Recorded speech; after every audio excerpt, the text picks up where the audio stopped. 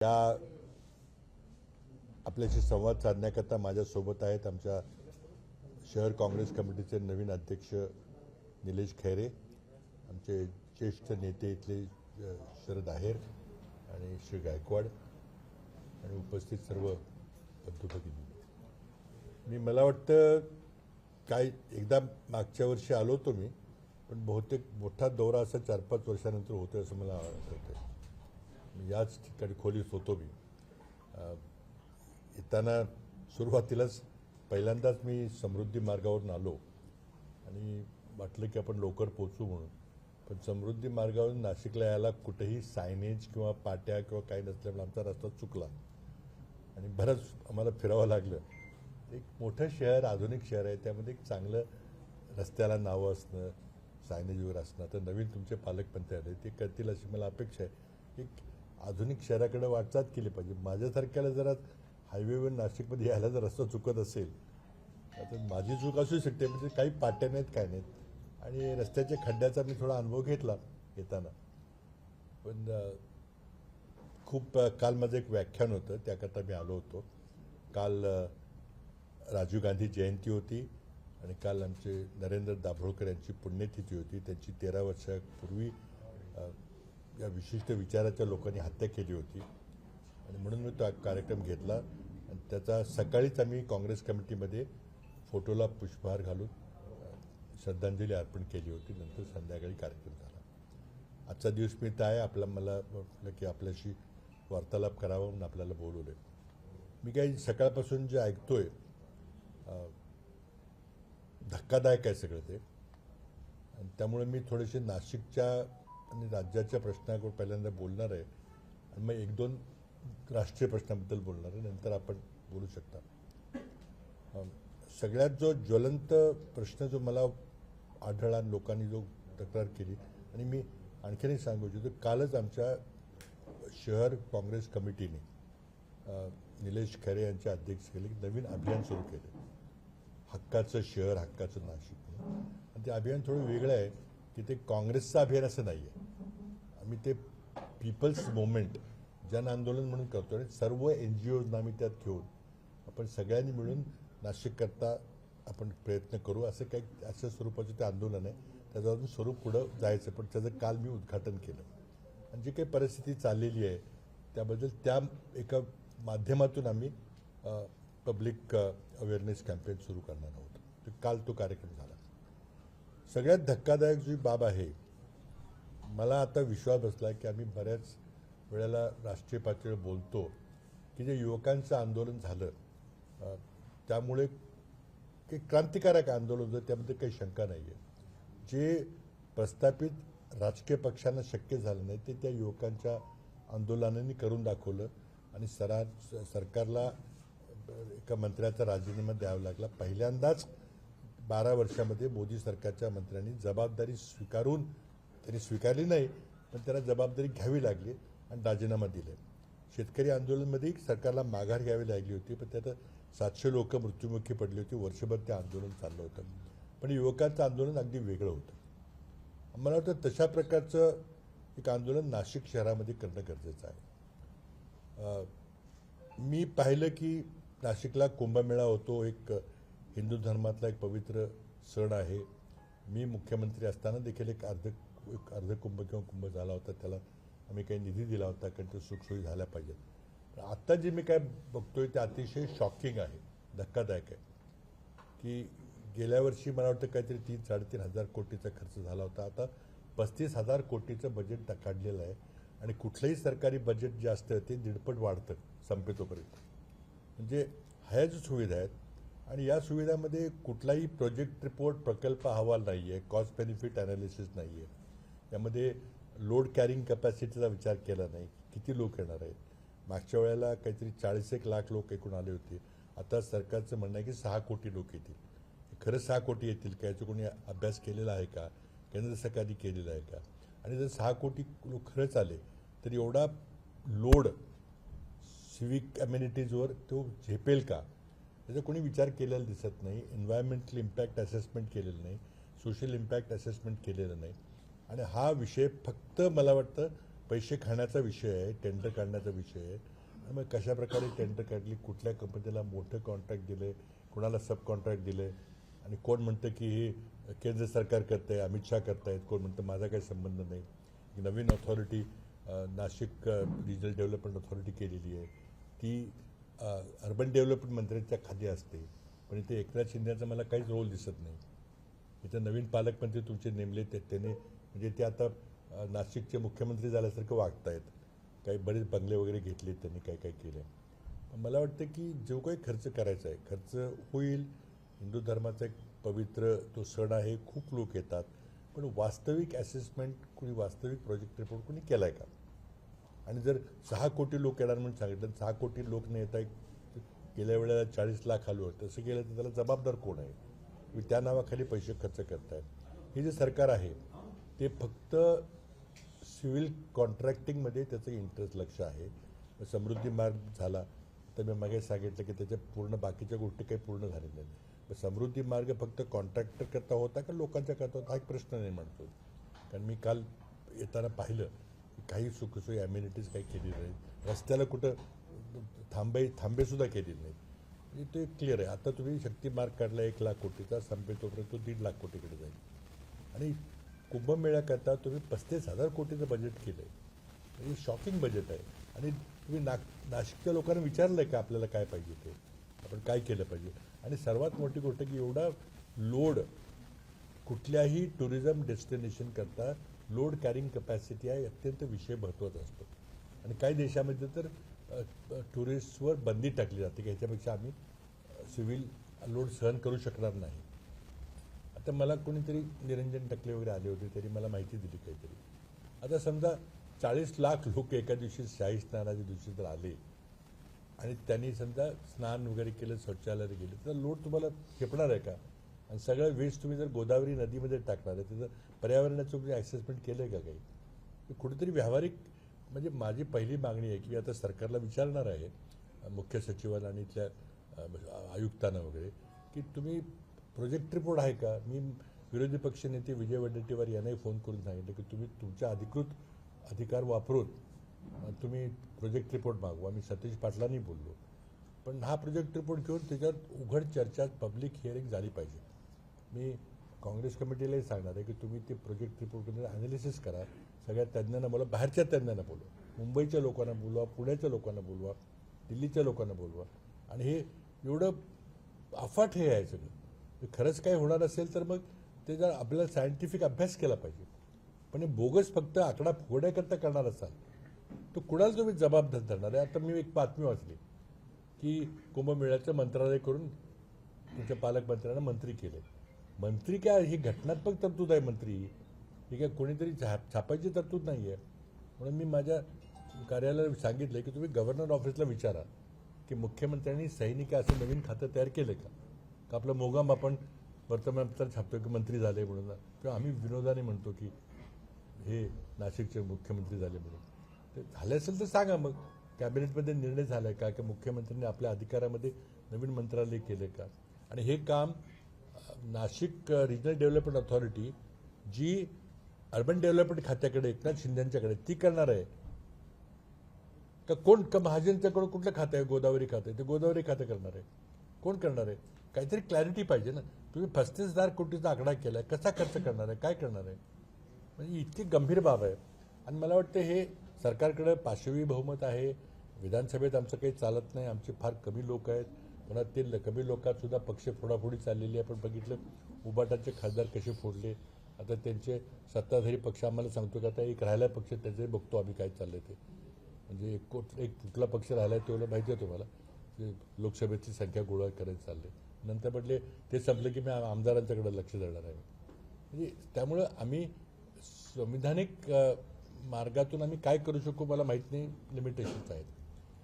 त्यामुळे जन आंदोलन उभारल्याशिवाय, आणि हे जनजीचे आंदोलन दाखवून दिले की जनतेचा रेट्यापुढे सरकारला नंतर घ्यावं लागतं. त्यामुळे याकरता पैसे खर्च करायची हरकत नाही.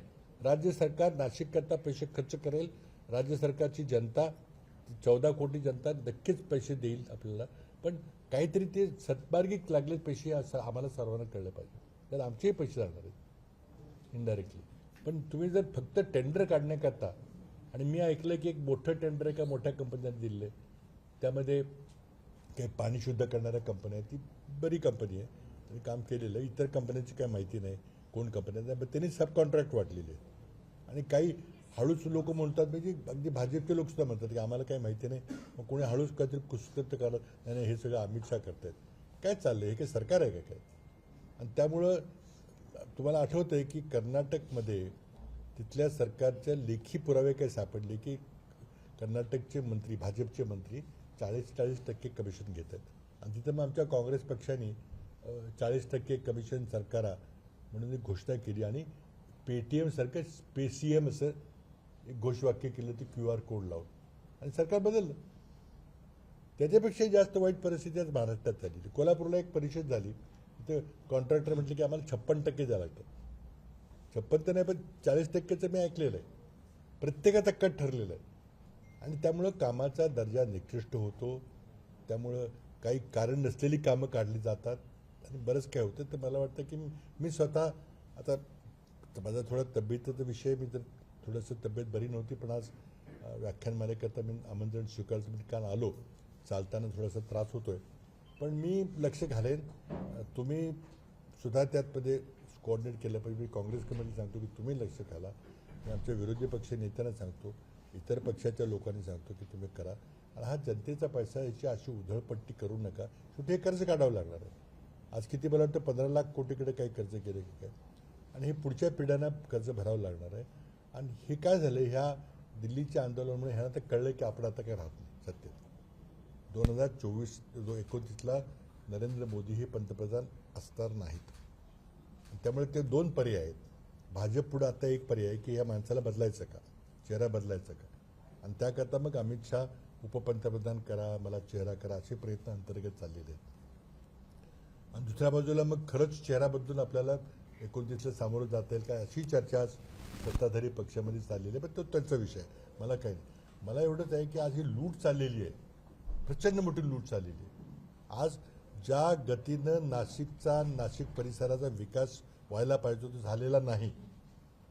माझं एक आवडतं शहर आहे. मी जेव्हा मुख्यमंत्री आलो होतो, मी अनेक बैठका घेतल्या, पैसेही द्यायचा प्रयत्न केला, काय काय केलं, पण म्हणावा तसा विकास झाला. आज एकही मोठा औद्योगिक प्रकल्प नाशिकला येताना मला दिसत नाही.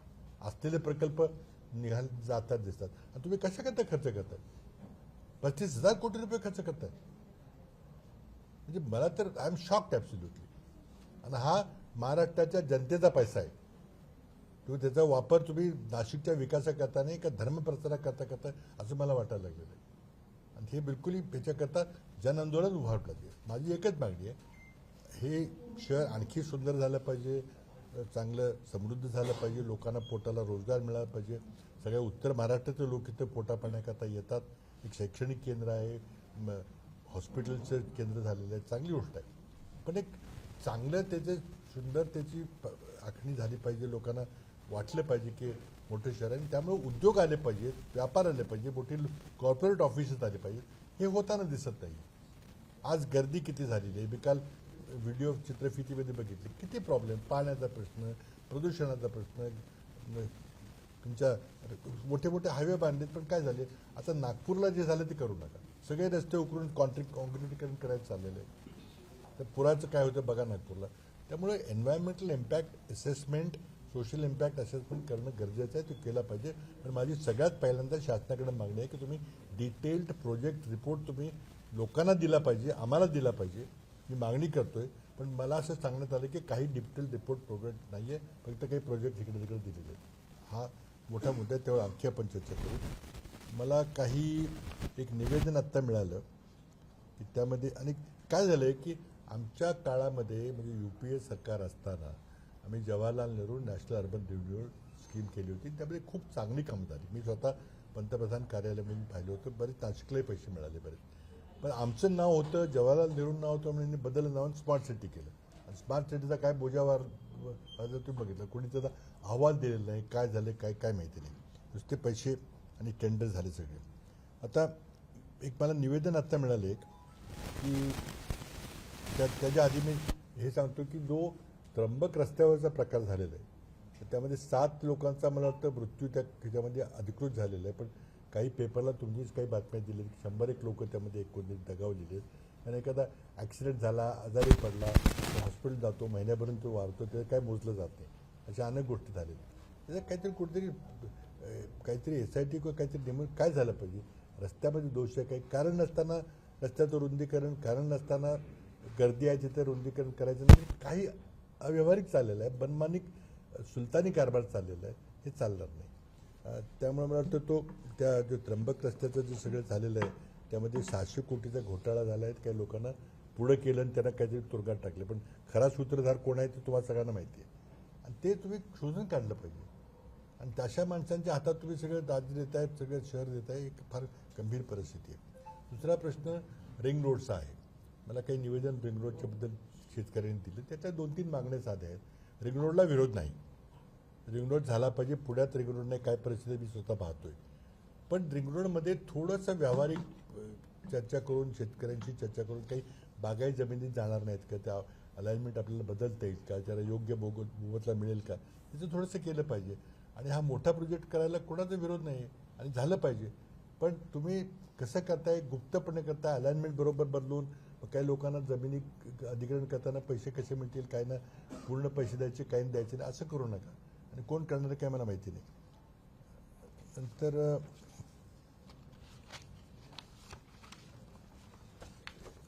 कुंभमेळ्याचं म्हणजे अगदी भन्नाटच आहे. मला वाटतं मागच्या वेळेला काहीतरी 2,500-3,000 कोटीचा होता. प्रयागचा जो राष्ट्रीय कुंभमेळा होता त्याचासुद्धा खर्च किती कमी आहे आणि त्यामुळे एवढा मोठा करता. ठीक आहे, नाशिक शहराचा विकास त्यातून होईल अशी जी कल्पना असेल तर लोकांना विश्वासात घ्या ना. काय काय तुम्ही करणार, लोकांच्या काय मागण्या आहेत त्याची तुम्ही करताय का, तुम्ही न करता तुम्ही फक्त टेंडर करताय का. टेंडरचा दर्जा काय, कामाचा दर्जा काय, खड्डे किती आहे ते आपण बघतोय सगळं. आणि त्यामुळे जे विरोधकांनी टीका केलेली आहे आणि ही जी संख्या आहे की कुंभमेळ्याला इतके लोक येतील, ते कुठेतरी व्यावहारिक त्याचं असेसमेंट झालं पाहिजे. Environmental impact assessment, social impact assessment झालं पाहिजे. असं फुगून आकडा सांगायचा, रक्कम वाढवून घ्यायची, टेंडर काढायचे, हे मागे झालं होतं. आणखी महाराष्ट्रात एका ठिकाणी असा मोठा सण होता, तिथेही खूप पैसे खर्च केले, खूप नाव सांगितलं गेलं, इतके लोक येणार, त्या 10% पण लोक आले नाही. पण मला भीती अशी आहे की जर शाही स्नानाच्या दिवशी जर खरंच इतके लोक आले तर तुम्ही हे नागपूर शहर हे लोड हा बेअर करू शकेल का, गोदावरी नदी हा लोड बेअर करू शकेल का, याचं कुठेतरी असेसमेंट झालं पाहिजे. किती लोक येणार, काय येणार. त्यात कोण म्हणतं मला की तिथं गांजा बराच आणला जातो, कारण ते धार्मिक काय म्हणतात की ते काही लोकांना गांजा लागतो. काय चाललंय. आणि आपण सगळे गप्प बसणार असून बघा, संविधानिक मार्गातून थोडं लिमिटेशन्स आहेत की ज्याप्रमाणे निवडणुका हायजॅक केल्या गेल्यात. त्याबद्दल मी काही बोललो होतो की कशा निवडणुका मॅनेज केल्या, पण तिथून काय फार होईल असं वाटत नाही. त्यामुळे अधिकृत राजकीय पक्ष आहेत त्यांना लिमिटेशन येत आहेत. संसदेमध्ये कोणी बोलू देते. तुम्ही आत्ता पाहिलं संसदेच्या अधिवेशन एक दिवस चर्चा झाली नाही. शेवटी संसद चालवायचं काम हे केंद्र सरकारचं आहे. विरोधकांना बोलायला संधी दिली गेली पाहिजे. जर प्रश्न विचारले तर अमित शहा तर त्यांनी उत्तरं द्यायला पाहिजे होती, निवेदन करायला पाहिजे की असं असं झालं. आणि दिल्लीची जी गोष्ट राहुल गांधींनी जी उपस्थित केली होती की बा गोळीबार झाला, पॅलेट गन वापरल्या गेल्या, अश्रुधूर सोडला गेला, खेळाच्या लाठ्यांनी डोकी फोडली गेली, हा आदेश कोणी दिला. कारण दिल्लीच्या कायदा सुव्यवस्थेचा प्रश्न केंद्रीय गृहमंत्र्यांच्या अखत्यारीत असतो, राज्याचा मुख्यमंत्र्याकडे असतो. पण दिल्ली राजधानी शहराचा अधिकार फक्त केंद्रीय गृहमंत्र्याकडे असतो. तर गृहमंत्री सांगितलं पाहिजे की मला वाटलं की परिस्थिती हाताबाहेर झाली म्हणून मी आदेश दिले, सांगा, मी जबाबदारी दिली किंवा मी दिले नाहीत. मग दिले नाहीत तर मग कुणी दिले आदेश, मग तुम्ही गृहमंत्री पद सांभाळायच्या लायक आहात का, हा प्रश्न होतो. तर त्यामुळं काय आहे की संविधानिक मार्गामध्ये लिमिटेशन आहे ते मला सांगायचं आहे. संसद 21 दिवस चालली नाही आणि इथं तर काय आमचा आवाज इतका क्षीण आहे. आमचे 16 आमदार आहेत आणि ते सुद्धा फोडाफोडी चाललेली आहे. त्यामुळे जन आंदोलन हाच एक मार्ग आहे. काल काँग्रेसने काही उपक्रम सुरू केलेला आहे, ते करा. तुमच्यापैकी नागपूरच्या लोकांना माझं आव्हान आहे की तुम्ही, नाशिकच्या लोकांना माझं आव्हान आहे की तुम्ही एक जन आंदोलन उभं करा आणि हे चांगल्या करता करा, वाईट नाही. फक्त सरकार विरोध आहे म्हणून नव्हे. पण आज नाशिकला काय पाहिजे, एकही मोठा इथं प्रकल्प येऊ नये आणि जे सुंदर शहर झालं पाहिजे. इतका पैसा खर्च झालेला आहे, कसा झाला, योग्य वापरला गेला का, आणि लोकांना पाहिजे द्या ना. खर्च करायला कोणाची, महाराष्ट्रातली जनता 35,000 काय 70,000 कोटी झाला तयार आहे, आमच्या करातला पैसा आहे. पण पण तो कार्डी लागला पाहिजे ना. तर कुणीतरी 40% 45% जर त्यात कमिशन खाण्याकरता जर पैसे जाणार असेल तर मग आम्ही वर्ष विचारणार बाहेरचे लोक. आणि म्हणून तुम्हाला नाशिककरांना माझं आव्हान आहे की तुम्ही सगळे आपसातले मतभेद बाजूला ठेवा. पक्ष बाकी काही संघटना एनजीओ आहेत, प्रश्न विचारा सरकार. हा तुमचा घटनात्मक अधिकार आहे. आपल्याला माहिती आहे की जेव्हा इंदिरा गांधींनी 42वी घटना दुरुस्ती आणली आणीबाणीच्या काळामध्ये, त्यामुळे बरेच बदल केले. त्यातला सर्वात महत्त्वाचा बदल काय होता, तर ज्याप्रमाणे फंडामेंटल राईट्स आहेत घटनेमध्ये, मौलिक अधिकार आहेत, तसे नागरिकांना तरी कर्तव्य सांगितली पहिल्यांदा. आणि घटनेमध्ये ड्युटीज ऑफ द सिटीजन असा एक अध्याय जोडला, आर्टिकल 15A. आणि त्यामध्ये जे 11 कलम आहेत त्यामध्ये एक कलम आहे आर्टिकल 51AH. हे जे घटनेतलं सुधारित कलम आहे त्यामध्ये काय म्हटलेलं आहे की it is the duty of the citizen. हे नागरिकांचं कर्तव्य आहे की तुम्ही एक सायंटिफिक टेम्पर डेव्हलप करा समाजामध्ये. अंधश्रद्धा वगैरे, काल दाभोळकरांचं व्याख्यान होतं, हे बंद करून हे घटनेनं तुम्हाला ड्युटी दिलेली आहे. आणि त्याचबरोबर पुढचं वाक्य आहे आणि स्पिरिट ऑफ इन्क्वायरी.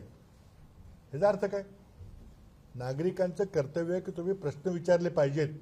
ही घटनेत तरतूद केलेली आहे. इंदिरा गांधींनी ती तरतूद केली आणि नंतर 42-44च्या घटनादुरुस्तीत इंदिरा गांधी या सगळ्या तरतुदी नवीन मोरारजी देसाई सरकारनं सगळ्या रद्द करून टाकल्या, पण ही नाही रद्द केली. कारण ही सायंटिफिक टेम्पर ही नेहरूंची देणगी आहे. त्याला दाभोळकरांसारख्यांनी पुढं नेलं, या सरकारने सगळं संपून टाकलेलं आहे. त्यामुळे it is your right to question. हा जनतेचा अधिकार आहे प्रश्न विचारायचा. हा घटनेने तुम्हाला दिलेलं कर्तव्य आहे, अधिकारापेक्षा जास्त. विचारा. पहिली मागणी माझी आहे की तुम्ही डिटेल्ड प्रोजेक्ट रिपोर्ट हा सादर केला पाहिजे जनतेला, आणि मगच खर्च केला पाहिजे. कोणाला टेंडर दिले, काय केलेलं आहे.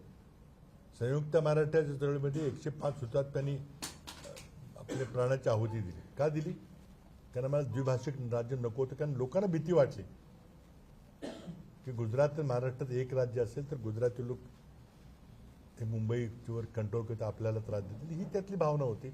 खरी असेल खोटी असेल, पण नंतर संयुक्त महाराष्ट्र झाला आणि गुजरात वेगळं झालं. आता तुम्ही तेच करताय वेगळ्या मात्र. 2 दिल्लीतले गुजराती माणसं आणि 2 मुंबईची गुजराती माणसं महाराष्ट्राला काबीज करता सगळे कॉन्ट्रॅक्ट तुम्ही आम्ही चाल देत आहे.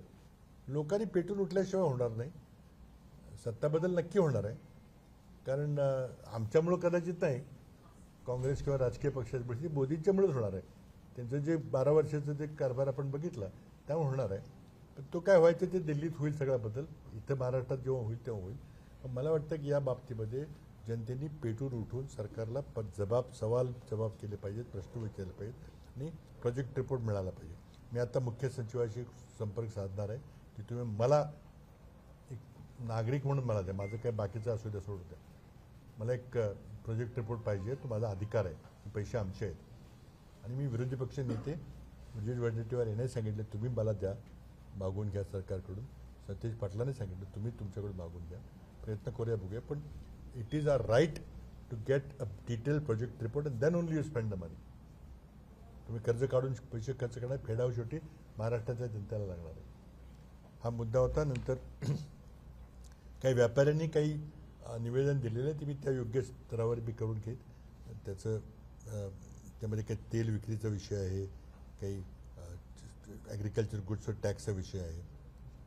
पण हे त्र्यंबक रस्त्याचा अपघात, रस्त्याचा दर्जा, तिथे झालेली कारवाई, त्यामध्ये सूत्रधार कोण आहेत आणि हे टेंडरिंग जे क्लब केलेलं आहे ते कसं केलेलं आहे, काय केलं आहे, पारदर्शकपणे झालं पाहिजे, एवढीच आमची मागणी. तर आणखीन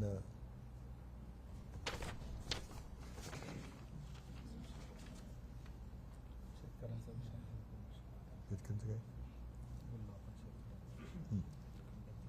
ते त्र्यंबक रस्त्यात 7 ते 10 नागरिकांचा मृत्यू झाला. खरा किती झाला आहे ही माहिती काढली पाहिजे.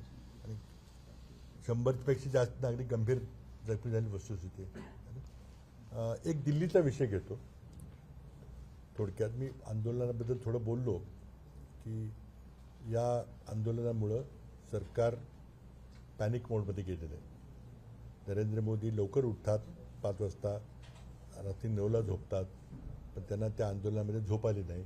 आणि रात्री 12 वाजता त्यांना इंस्टाग्रामचे रील्स करावे लागले आणि युवकांना अपील करावं लागलं. मोहन भागवतांना विशेष एक निमंत्रित करून एक युवकांच्यावर संवाद साधायला लागला. किती तो कृत्रिम संवाद होता ते आपण सर्वांनी पाहिलं. पण त्यांनी आता काही होणार नाही. आणि त्यामुळे मी एक ट्विट पण केलं होतं की केंद्र सरकार नवीन शिक्षण मंत्री कोण करेल, पूर्णवेळ शिक्षण मंत्री कोण करेल, हा नरेंद्र मोदी सरकारच्या उर्वरित कालावधीमधला सर्वात महत्त्वाचा निर्णय असेल. आत्ता जी व्यवस्था आहे, प्रल्हाद जोशी नावाच्या एका माणसाला चार्ज दिलेला, त्यांच्याकडे पूर्वी 3 खाती होती, महत्त्वाची खाती होती आणि 4थं खातं दिलं. शिक्षण खातं हे पूर्णवेळचं खातं आहे, हे काही पार्ट टाईम खातं नाही आहे. त्यामुळे मला खात्री आहे की लवकरच मोदी एक चांगला शिक्षण मंत्री देतील. तो शिक्षण मंत्री असा असावा की ह्या आंदोलनाच्या पार्श्वभूमीमध्ये ज्याला एक राष्ट्रीय उंची आहे, जो विद्यार्थ्यांचा विश्वास संपादन करू शकेल, जो विद्यार्थ्यांची बरोबरीच्या नात्यानं प्रश्न सोडवण्याच्या भावनेने चर्चा करू शकेल, जो परीक्षा व्यवस्थेमध्ये जो गोंधळ चालला आहे तो दुरुस्त करू शकेल, किंवा जो शिक्षणाकरता जो खर्च पाहिजे अपेक्षित आहे तो सरकारशी भांडून करून घेऊ शकेल, अशा दर्जाचा माणूस पाहिजे, जो शिक्षण तज्ज्ञ, ज्याला मूलभूत शिक्षणाचे प्रश्न समजतात. मोदी सरकारमध्ये आज तरी मला एकही व्यक्ती अशी दिसत नाही. निर्मला सीताराम यांना द्यायचं असं काहीतरी मी चर्चा पेपरमध्ये वाचली. ज्या व्यक्तींनी भारताच्या अर्थव्यवस्थेचं वाटोळं केले त्याला तुम्ही ते शिक्षणाचं वाटोळं करायला देणार असला तर मग विद्यार्थी ते मान्य करणार नाहीत. दुसरी बातमी मी ऐकली की आपल्या महाराष्ट्राच्या मुख्यमंत्र्यांना बढती देऊन पाडवीत चाललेली.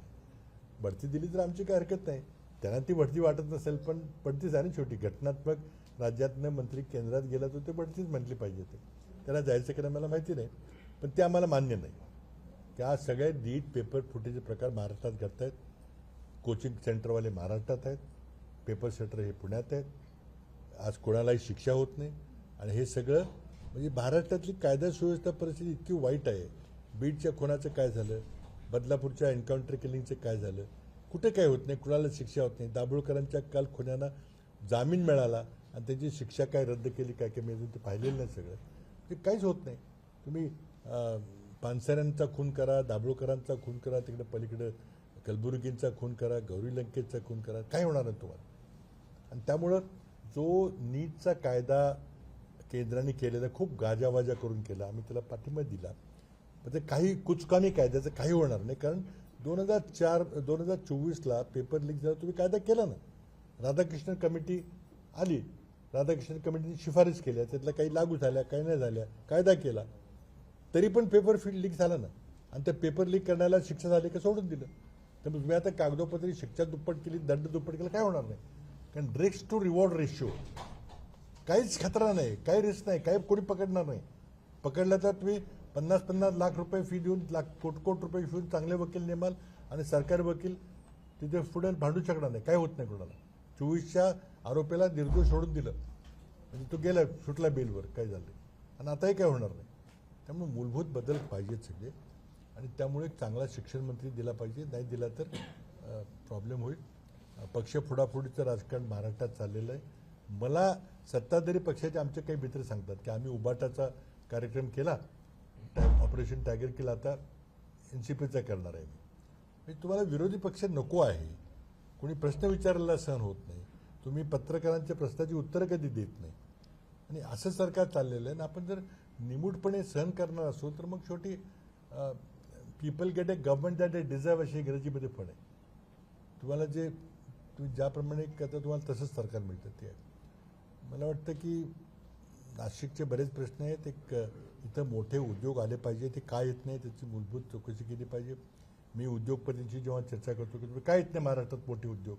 एक सेमीकंडक्टर उद्योग आपण दिल्लीला इंडियन सेमीकंडक्टर मिशन केली, त्यात 12 इंडस्ट्रींना 1.5 लाख कोटीचं अनुदान दिलेलं आहे. एकही उद्योग महाराष्ट्रात नसावा, एकही उद्योग नाशिकला येऊ नये. ॲपलच्या सबकॉन्ट्रॅक्टिंग कंपन्या देशात लाखो लोक तिथं काम करतात. टाटाची कंपन्या आहेत, पण त्या कर्नाटकला आहेत, महाराष्ट्रात येत नाही कोणी, काय येत नाही. मी लोकांना विचारलं ते म्हणतात की इतर राज्यामध्ये सिंगल विंडो क्लिअरन्स आहे, महाराष्ट्रामध्ये 3 सिंगल विंडो क्लिअरन्स आहेत. 3 दारं पुजल्याशिवाय आमची काही कामं होत नाहीत. खंडणी स्वारांचं राज्य आहे.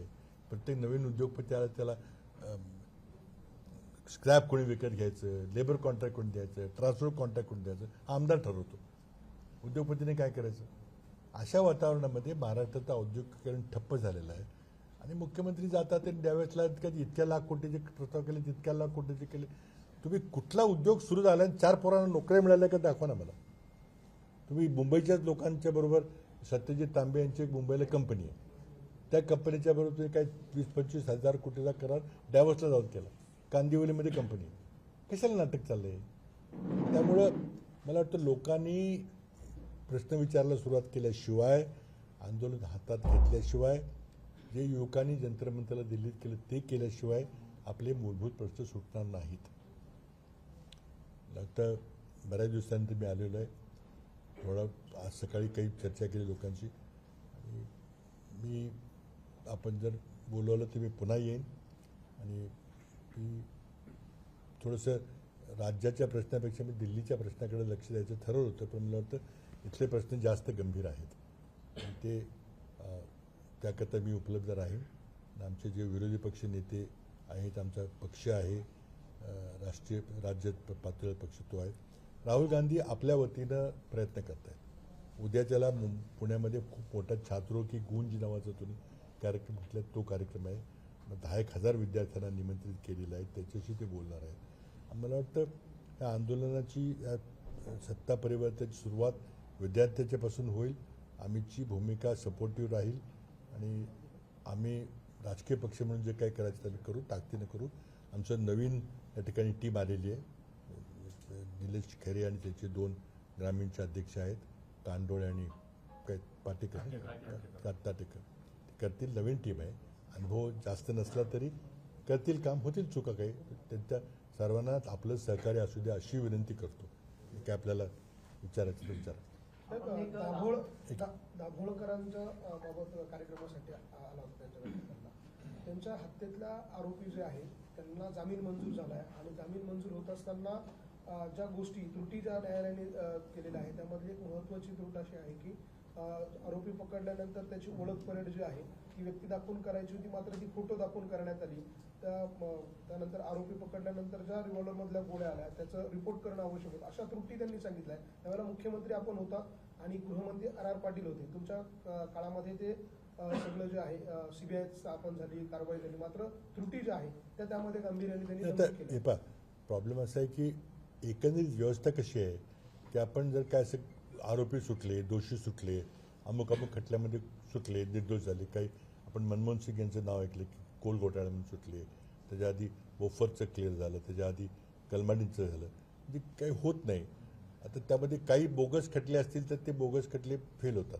पण शेवटी काय होतं, आपण दोष न्यायालयाला देतो की कोर्टाने सोडलं, जामीन दिला. शेवटी काय की कोर्ट हे काय की त्या कोर्टासमोर प्रॉसिक्युटिंग वकील जे असतात, प्रॉसिक्युटिंग यंत्रणा असते, पोलीस यंत्रणा, तपास यंत्रणा, ती जो पुरावा सादर करेल त्यावरच कोर्ट निर्णय देईल ना. आता ती व्यवस्था कोणाकडे आहे? ती व्यवस्था सरकारकडे आहे, मोदींच्याकडे आहे, फडणवीसांच्याकडे आहे.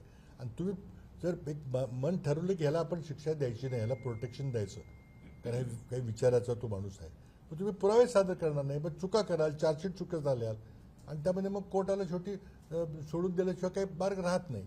कुणी केलेलं आहे? आता ज्या त्रुटी असतील ते अगदी माझ्या काळात मी शेवटच्या क्षणी झालं आहे, मला वाटतं ऑगस्ट 13ला झालं.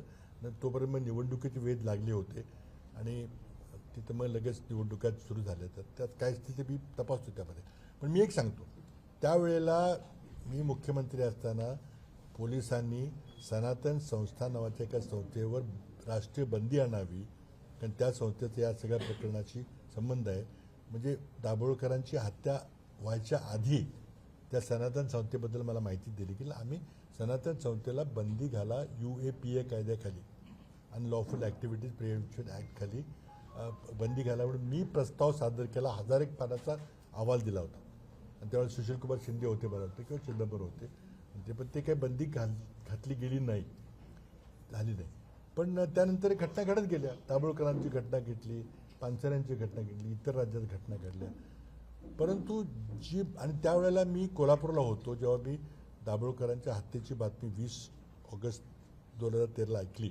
माझ्या तोंडून त्यावेळेला जे TV होते तिथं उद्गार निघाले की ज्या प्रवृत्तीने महात्मा गांधींचा खून केला त्याच प्रवृत्तीने आज दाभोळकरांचा आवाज शांत केलेला आहे. त्यावर गदारोळ झाला होता, पण माझं ते ठाम अजूनही मत आहे. म्हणजे लोकांना शिक्षा होत नाही. मग दाभोळकरांचा खून झाला का नाही झाला, मग पानसऱ्यांचा खून झाला का नाही झाला, मग कुणी केला का नाही केला, ही तपास यंत्रणा जर शोधून काढू शकत असेल, त्या व्यक्तीला शिक्षा होत नसेल तर कुणाची चूक आहे काय हे सगळे दोष आहे. आमची असेल तर आम्ही त्यात हे करायला तयार आहे, पण आमची मानसिकता त्यांना सोडावं किंवा त्यांना जाणीव मिळायची बिलकुल नव्हती. माझी तर बिलकुल नव्हती. खाली जर काही त्रुटी झाली असेल मला माहिती नाही, पण मला वाटतं माझ्या काळाच्या नंतरचा विषय आहे बराचसा. कारण मी ऑगस्ट 13 आणि माझं मंत्रिमंडळ 14ला गेलं, आणि तोपर्यंत निवडणुका वगैरे लागल्या होत्या सुद्धा. RR होते, मला माहीत नाही RR होते का नाही, कारण ती घटना RRचा राजीनामा कधी झाला होता, आधी झाला, पण ते RR 13ला RR नव्हते, दुसरं कोणते होते. पण ते जे काय असेल ते, पण हलगर्जीपणा झालेला आहे काही शंका नाही. आणि ही मानसिकता सत्ताधाऱ्यांची आहे की या विचाराच्या लोकांना प्रोटेक्शन द्यायचं. गांजा आणला जातो, आपला आरोप आहे की वास्तव आहे? नाही नाही, मला बातमी कळली, मी काय स्वतः बघितलेलं नाही किंवा मी फुकलाही नाही गांजा. पण इथे एक त्या साधूंच्या पैकी एक कल्ट आहे, काय म्हणतात की त्यांना गांजा लागतो, ही ऐकीव माहिती आहे. आणि सरकारचं कर्तव्य आहे खरं आहे खोटं सांगायचं. मला सांगतात आमचे मित्र की इतके किलो आला तितके किलो आला, आणि ते म्हणतात की गांजा मिळाल्याशिवाय जाणार नाही. ते हे खरं खोटं मला माहीत नाही, पण येत असेल तर ही गंभीर बाब आहे. मुख्यमंत्री असताना आपण एक महत्वाचा निर्णय घेतला होता, जे सहकारी तत्वावरचे जे कारखाने होते ते कारखाने नंतरच्या काळामध्ये विक्री करण्याचा डाव होतो, नंतर ते खरेदी करून घेतले जातात. नाशिकमध्ये सुद्धा असे अनेक कारखाने आहेत जे एका वेगळ्या पद्धतीने विक्री नाही पण अगदी तशाच स्वरूपानं आपल्या ताब्यात घेण्याचा प्रयत्न सुरू आहे. महत्वाचे साखर कारखाने आहेत ते आज अखेरच्या घटका सुद्धा मोजतात. हे पण असं आहे की मी असताना माझ्या आधी हा प्रकार मोठ्या प्रमाणात झाला की सहकारी कारखाने आजारी पडायचे किंवा ते पडत होते व्यवस्थापनाच्या चुकीमुळं, आणि त्याची मूळ किंमत जी असायची त्याची किंमत आजारी पडल्यामुळे किंमत कमी व्हायची, आणि त्याची बँकेची राज्य सहकारी बँकेची बहुतेक कर्ज होती ती राज्य सहकारी बँकेची कर्ज असायची ती.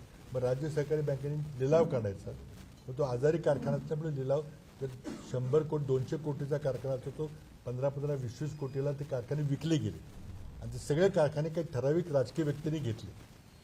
आणि त्याविरुद्धच महाराष्ट्र राज्य सहकारी बँकेचा घोटाळा झाला होता, आणि जो चार्जशीट पोलिसांनी त्यावेळेला दाखल केला होता की महाराष्ट्र राज्य सहकारी बँकेमध्ये मनी लॉन्ड्रिंग झालं, आणि ते 25,000 कोटीचं मनी लॉन्ड्रिंग झालं असा लेखी चार्जशीट महाराष्ट्र पोलिसांनी केलेलं आहे. तर महाराष्ट्र पोलिसांनी केलं काहीतरी त्याला आधार असेल, आणि ते मनी लॉन्ड्रिंग होतं, घोटाळा नव्हता. लोकांचा मोठ्या लोकांचा गैरसमज झाला की बँकेचा व्यवहार काहीतरी 1,000-2,000 कोटीचा, मग 25,000 कोटीचा घोटाळा कसा आहे. हा विषय वेगळा आहे. म्हणजे हा जो मनी लॉन्ड्रिंगचा आहे, मनी लॉन्ड्रिंगचा कायदा वेगळा आहे आणि लाचलुचपत प्रतिबंधक कायदा वेगळा आहे. ते लाचलुचपत प्रतिबंधक कायद्यामध्ये समजा 50 कोटीचा टेंडर 100 कोटीचा घोटाळा ते होऊ शकतो, पण मनी लॉन्ड्रिंग म्हणजे काळा पैसा आणायचा, तो बँकेत ठेवून तो बँकेतनं पांढरा करून बाहेर पाठवायचा, ह्याला मनी लॉन्ड्रिंग म्हणतात. आणि महाराष्ट्र पोलिसांनी लेखी आरोपपत्र सादर केलेलं आहे की राज्य सहकारी बँकेने 25,000 कोटीचा मनी लॉन्ड्रिंगचा घोटाळा झाला, त्याबद्दल ईडीने समन्स काढलं होतं. ते आपल्याला माहिती आहे प्रकरण सगळं, पण या सरकारने सगळे प्रकरणं बंद करून टाकली. आणि त्यामध्ये तुम्ही जो विचारला प्रश्न की साखर कारखान्याची किंमत पाडून त्याचा लिलाव करून विकायचा आणि राजकीय व्यक्तीने घ्यायचा, त्याची केस बंद करून टाकलेली आहे. माझ्या जिल्ह्यातला एक मोठा कारखाना होता जरंडेश्वर नावाचा, त्याचा फार मोठा प्रकार गाजलं होतं, ते भेटून टाकलं सगळं. आणि पक्षांतर करण्याची किंमत त्याला बक्षीस दिलं गेलं. आपण आता म्हणलात की 2029 ला मोदी पंतप्रधान असणार नाही. आता 2 दिवसाआधी काँग्रेसची मीटिंग झाली दिल्लीमध्ये. त्या मीटिंगमध्ये राहुल गांधी असं म्हणाले की अमित शहा आणि मोदींची जे दुसरी कळा लागलेली आहे ते झपलेले आहेत थोडक्यात, असं त्यांचं वक्तव्य होतं. आपण कसं बघताय? नाही बघा, अँटी इन्कमचे आलेली आहेत. मोदींनी आत्तापर्यंत ज्या बोगस घोषणा केल्या त्या खपून गेल्या. 15 लाख असतील, 2 कोटी रोजगार असतील, शेतकऱ्याचं उत्पन्न दुप्पट असेल, 50 दिन दो मेरे को, नोटबंदी असेल, शेतकऱ्यांचे कायदे, GST, अनेक विषय आहेत, लॉकडाऊन वगैरे, हे ते सगळं खपून गेलं.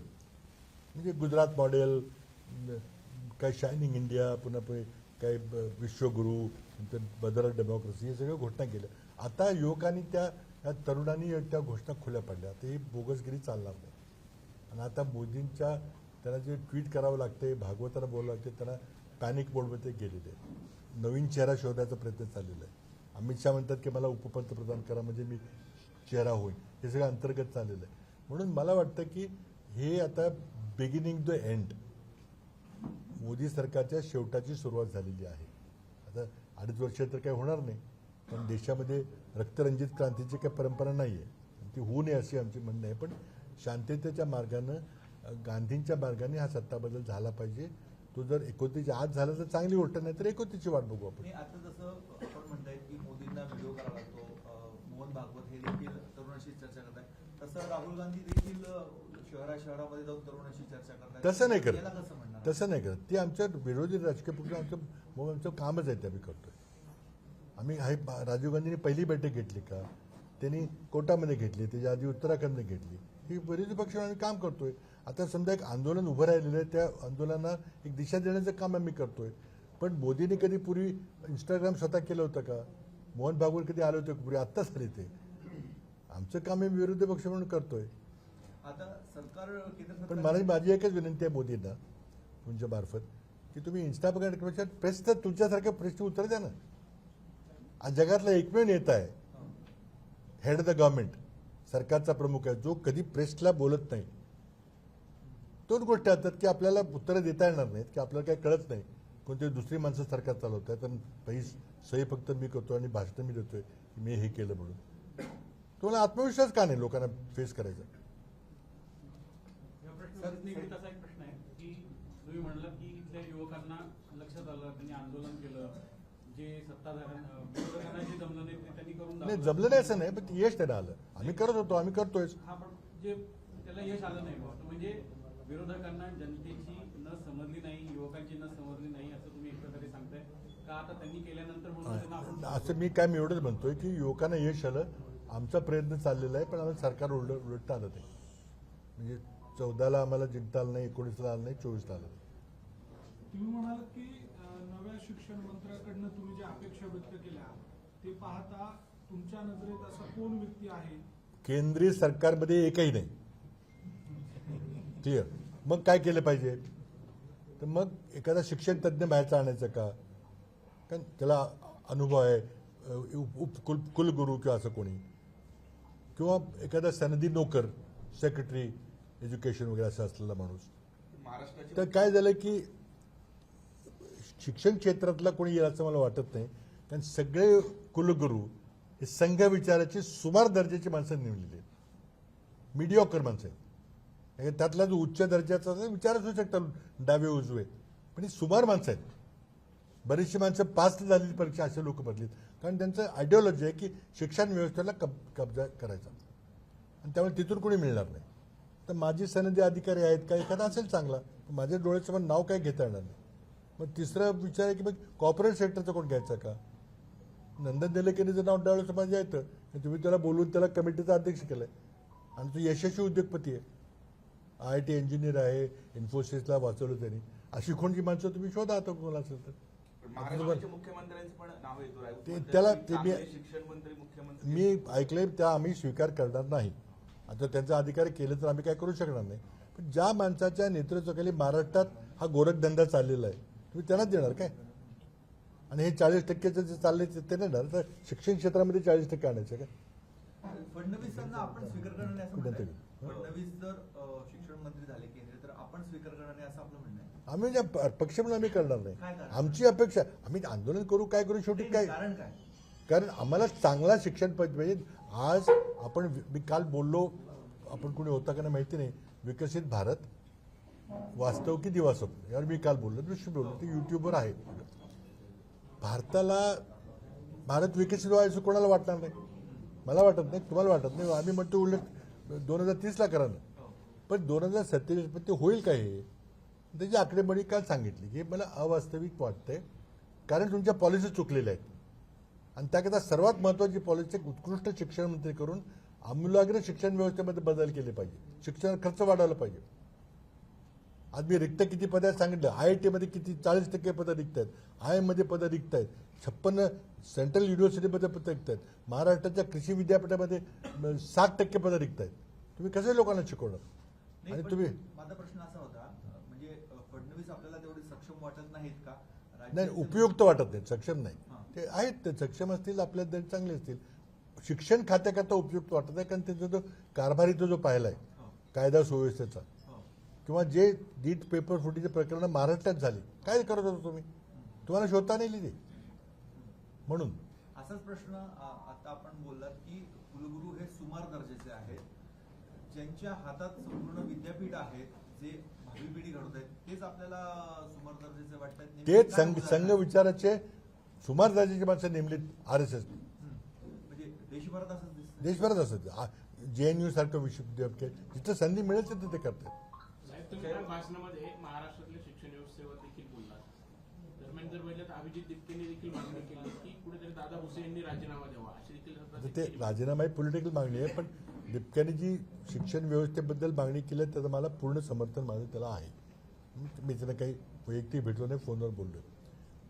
एक तुम्हाला उदाहरण सांगतो की केंद्र सरकारने राईट टू एज्युकेशन कायदा केला, शिक्षणाचा अधिकाराचा कायदा 2009 साली केला.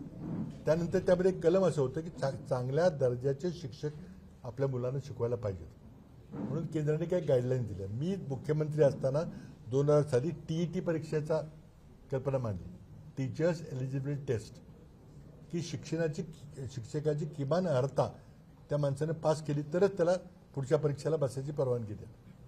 आणि सांगितलं की आत्ता जे शिक्षक आहेत, आपण प्राथमिक शिक्षक वगैरे आहेत, त्यांनी 5 किंवा काही 4-5 वर्षामध्ये ती TET ही अर्हता परीक्षा पास झालं पाहिजे. कारण काय उद्देश काय की शिक्षण व्यवस्था जी आहे ती मुलांच्या करता आहे का मास्तरांच्या करता आहे? शेवटी आमची परीक्षा पालक म्हणून अशी आहे की आपल्या मुलांना अतिशय चांगल्या शिक्षकांनी शिक्षण दिलं पाहिजे. यात काय चुकीचं आहे? तो आम्ही कायदा केला TETचा, आणि त्यामध्ये 5 वर्षाची अट टाकली. 5 वर्षात केलं नाही, कुणीच केलं नाही. मग ती तारीख नव्या सरकारनं वाढवत गेली. 2015ची पुढं खाली ढकलली आणि ढकलली. आज मी माहिती घेतली आहे की महाराष्ट्रामध्ये जवळजवळ 1 लाख काहीतरी शिक्षक आहेत वाटतं, त्यातले फक्त 22% लोक TET उत्तीर्ण आहेत. किमान शैक्षणिक अर्हता फक्त 22% शिक्षकांची आहे. सुमार दर्जाचे शिक्षक आपल्याला शिकवतात, चालतं आपल्याला, कधी बदलणार आपण? त्याच TETचाही पेपर फुटला. नाही, पेपर फुटीचा प्रकार बघा, हा माफिया आहे आणि यामध्ये रिस्क टू रिवॉर्ड रेशिओ काही मला चिंता नाही. इतकं व्यवस्थित सुरळीत सगळं चाललेलं आहे. पेपर कोण छापतं, कोण ट्रान्सलेट करतं, कोण नेतं, कोण सगळे हे सुरळीत, काही कुणी पकडायला गेलं नाही. कधी पेपर फुटतो, कधी कळतं? एखादा राष्ट्रीय प्रवृत्तीचा एखादा व्यक्ती, नॅशनल स्पिरिटेड सिटीजन जेव्हा पुढे येतो आणि मग ते चुकीचं झालं, पेपर फुटलाय आणि चुकीच्या लोकांना सिलेक्ट केलं जाईल म्हणून तो मग पोलिसांना कंप्लेंट करतो, किंवा मग माझ्याकडं परवा दिवशी परीक्षा आहे, मला पेपर मिळाला, मग आपण तपासतो आणि मग पेपर फुटला म्हणून कळतं आपल्याला. त्या माणसाने जर काही केलं नाही, तो विसल ब्लोअरचा आहे, त्यांनी जर काही बोललं नाही तर पेपर फुटला तुम्हाला कळणारच आहे. तुमच्या यंत्रणेला कळत नाही, कारण तुमची सगळी यंत्रणा त्यात सामील आहे. राजकीय आश्रयाशिवाय पेपर फुटी होऊ शकत नाही. साहेब, याला जोडून प्रश्न आहे. शालांत ID घोटाळा सुद्धा उत्तर महाराष्ट्रामध्ये मोठ्या प्रमाणात चर्चेला आहे. मोठ्या प्रमाणात एकाच आदेशावर अनेक शिक्षकांना शालांत ID मिळालेला आहे. व संचालकांपासून तर अगदी शाळेच्या संस्था चालकांपर्यंत ही सगळी साखळी आहे. पोलीस कारवाई करताय, मात्र हे प्रकरण दिवसेंदिवस वाढत चालताना दिसतंय. मला तो डिटेल विषय काही माहिती नाही, पण एक मी सांगतो तुम्हाला, हा प्रचंड मोठा माफिया झालेला आहे आणि शिक्षणाचं खाजगीकरण करून त्यावर जे नियंत्रण आपल्याला ठेवायला पाहिजे ते ठेवता आलेलं नाही. आणि त्यामुळं आमूलाग्र यामध्ये सुधार केले पाहिजेत, एवढंच मी आता सांगतो. माहिती घेऊन मी नंतर बोलेल तुमच्याकडं. दादा परंतु भुसेंच्या राजीनाम्याची मागणी दिपकेंनी केली आहे. हां, ते पुणे विद्यापीठाचं उपकेंद्र जे नाशिकला झालेलं आहे त्यामध्ये काहीच होत नाही. हो. हे आमची कल्पना काय होती की अनेक विद्यालय झाले ते काही हरकत नाही, नवीन झालं तरी चालेल, पण उपकेंद्र केलं होतं, म्हणजे काही होताना दिसत अशी माहिती आता मिळते. आणि हो हो, तो आहे तो विषय, शिक्षणाचा मोठा विषय आहे. त्यामुळे म्हणून मी काय म्हटलं की चांगला शिक्षण मंत्री केंद्रात पाहिजे. तर राज्यातही अनुषंगाने आलं की मंत्री तर चांगला पाहिजे ना. हे खातं, त्या खात्याची तडजोड करता येणार नाही जर भावी पिढी घडवायची असेल आणि AI जे चॅलेंज आपल्याला स्वीकारायचं असेल. भयंकर मोठं चॅलेंज आहे.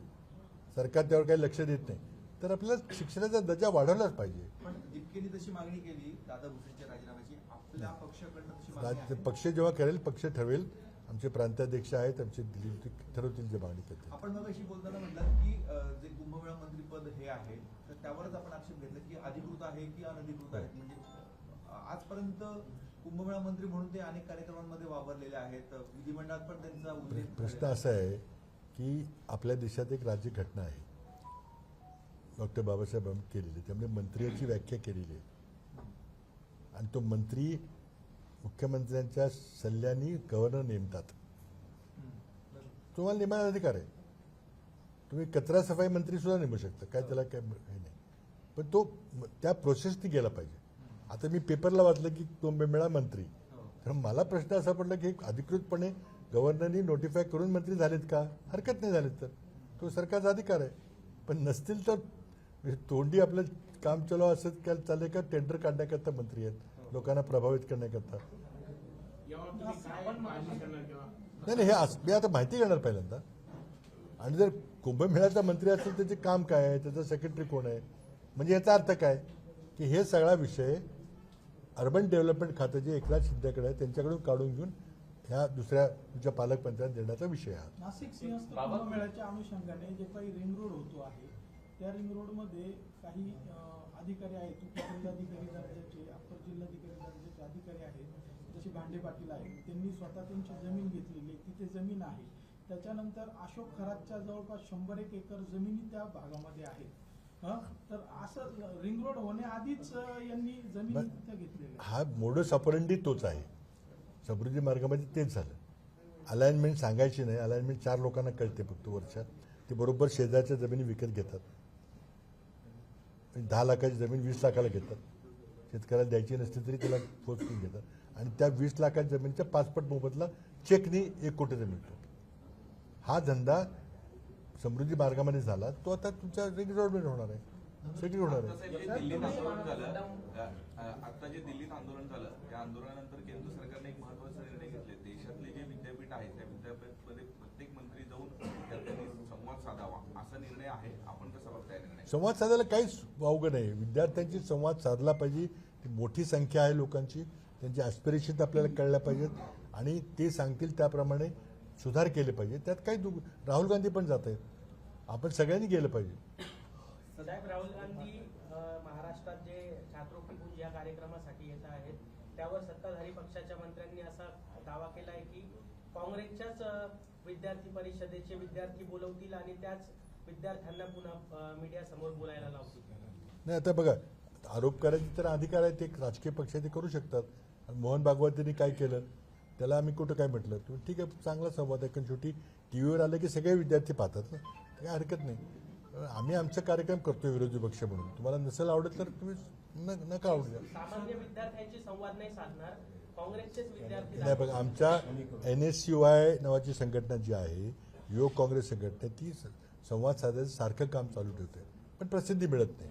बऱ्याच ठिकाणी चांगले कार्यक्रम होतात पण मीडियाचं तुम्हाला माहिती आहे काय चाललंय ते होत नाही. आता हे करतायत कार्यक्रम, आम्ही करणार कार्यक्रम ते. धनुष्यबाणाचा मुद्दा सुद्धा चर्चेत आहे. यावरती उदय सामंत म्हणाले ज्यावेळी काँग्रेसकडे धनुष्यबाण गाण ठेवलं त्यावेळीच खरी गद्दारी झाली होती. नाही मला काही ज्यावेळी नाही म्हणजे आमच्याशी अलायन्स केलं त्यावेळेला नाही, त्यावेळेला आम्ही बघा हा जो प्रस्ताव 3 पक्षाचा होता. आता तुम्हाला येऊन सांगतो मी की शिवसेना, काँग्रेस आणि राष्ट्रवादी एकत्र येऊन सरकार स्थापन करावं. हा प्रस्ताव पहिल्यांदा मला वाटतं डिसेंबर 14ला माझ्याकडे आला होता मित्रपक्षाकडून की आपण तिघं मिळून सरकार करूया. किती 2014ला आमचा पराभव झाला आणि भाजपचं सरकार आलं. त्यावेळेला आलं होतं की यांना घालूया आपण तिघं मिळून करूया. बाकी पुढचं काय कोण होणार कोण ते नव्हतं झालं होतं. मी तिथल्या तिथं उभ्याच प्रस्ताव रिजेक्ट केला. ते नव्हतंच पुढचं होतं. मूळ कल्पना एकत्र यायचं का, मग नंतर पुढच्या गोष्टी. तिथंच प्रस्ताव रिजेक्ट केला की आमच्या पक्षाला शिवसेनेवर जाणं मान्यच होणार नाही. पण मला मी जर गेलो प्रस्ताव घेतो तर मला तिथं ओरडतील तिथे आमचे नेते 14, पण 19ला मीच तो प्रस्ताव पुढे नेला. का नेला? देवेंद्र फडणवीस मुख्यमंत्री झाले, ज्या प्रकारे त्यांनी 5 वर्ष राज्य केलं, ज्या प्रकारे त्यांनी जवळजवळ 175 काँग्रेस राष्ट्रवादी नेते फोडले, साखर कारखान्याचे नेते फोडले, ईडीची भीती, CBIची भीती, तुमच्या सगळ्यांच्या भीत्या घालून, इन्कम टॅक्सची भीती घालून कारखान्याचे कर्ज बंद करतो, कारखाने लाव करतो, ती 175 यादी माझ्याकडे आत्ता आहे. मग मी विचार केला की हे जर थांबलं नाही, 19ला पुन्हा जर देवेंद्र मुख्यमंत्री झाले तर आपलं काही खरं आहे राहणार नाही, कारण शेवटी पैशापुढं काही चालत ते आपण बघतो आता रोज. आणि म्हणून आम्ही तो प्रस्ताव दिल्लीला तिथं त्यांनी रिजेक्ट केला, बिलकुल चालणार नाही. आम्हाला काय म्हटले माहिती आहे दिल्लीला, की तुम्हा लोकांना मंत्री व्हायचं म्हणून तुम्ही या आघाडी सरकारचा प्रस्ताव आणलेला आहे, पण तुम्ही केरळामध्ये काय होईल, कर्नाटकमध्ये काय होईल काय माहिती, कारण शिवसेनेचं इमेज जे होतं दक्षिणेचं राज्यामध्ये एक विशिष्ट होतं सुरुवातीचं, जे बाळासाहेब ठाकरे असतानाच होतं. पण त्यांना आम्ही सांगितलं की बदललेलं आहे. आणि म्हटलं तुम्ही असं करा की प्रत्येक काँग्रेस पक्षाच्या आजीबाजी मुस्लिम नेत्याला तुम्ही फोन करा, मंत्री असतील किंवा आमदार असतील किंवा माजी असतील, की बा काय करायचं. तर त्या प्रत्येकाने आवर्जून सांगितलं की दगडापेक्षा वीट मऊ, जरी शिवसेनेची मागची पार्श्वभूमी काय असेल तर आज आम्हाला भाजप नको आहे. आणि शेवटी त्यांनी असं सांगितलं की जर 2019ला भाजप सरकार तर तुम्ही काँग्रेसला जबाबदार धरू, तुम्हाला संधी होती पर्याय करायला तुम्ही केला नाही, म्हणून ते झालं. पण 14चा आपण उल्लेख केला, 14ला नेमका प्रस्ताव कोणी आणला होता आपल्यापर्यंत? आता ते मी सांगणार नाही नाव, पण मी जबाबदारी सांगतोय की तो प्रस्ताव आला होता म्हणून. 5 वर्ष पण तुम्ही असं म्हणाले 2014ला प्रस्ताव आणला, त्याच वेळेला तुम्ही राष्ट्रवादीचा पण उल्लेख त्याच्यामध्ये करतात की ते पण त्या नाही बघा ऐका 2014च्या निवडणुकीनंतर माझा पाठिंबा काढल्यानंतर निवडणूक झाली, त्यानंतर काय झालं, काँग्रेस राष्ट्रवादी काँग्रेस 3 वेगळे पक्ष होते. त्यावेळेला मला प्रस्ताव आला की जे काय झालं ते झालंय, आता ह्यांना थांबवायला आपल्याला एकत्र आलं पाहिजे. लक्षात आलं ना? पण राष्ट्रवादी 2 तडीवर हात ठेवतो. अरे 3 पक्षाशिवाय झालंच नसतं, काँग्रेस आणि शिवसेनेचे गणित जमलं नसतं, तिघांचं जमलं होतं ते. पण जर राष्ट्रवादीची भूमिका बघितली तर त्यांना सत्तेतून बाहेर पडणं अशक्य वाटत नाही. राष्ट्रवादी मी काय म्हटलं की माझ्याकडे असा प्रस्ताव आला होता, मी काय आणखी काय बोललो का मी, आणि त्याच्या आधी माझं सरकार पडलं होतं सगळं माहिती आपल्याला. पण मी काय म्हटलं की बाबा शिवसेनेबरोबर जाणं आमच्या लोकांना मान्य होणार नाही. पण त्यावेळी शिवसेनेशी काही डायलॉग झाला होता? डायलॉगला झाली, प्राथमिक चर्चा होती की आपण विचार करूया, बसूया. पण नंबर होते माझं, म्हणजे आम्ही तिघं एकत्र आलो असतो तर सरकार झालं असतं 19 सारखं. पण मी तिथंच सांगितलं की होणार नाही. आपण तो प्रस्ताव नाकारला म्हणून शिवसेना आणि भाजपचं सरकार 14ला आलं.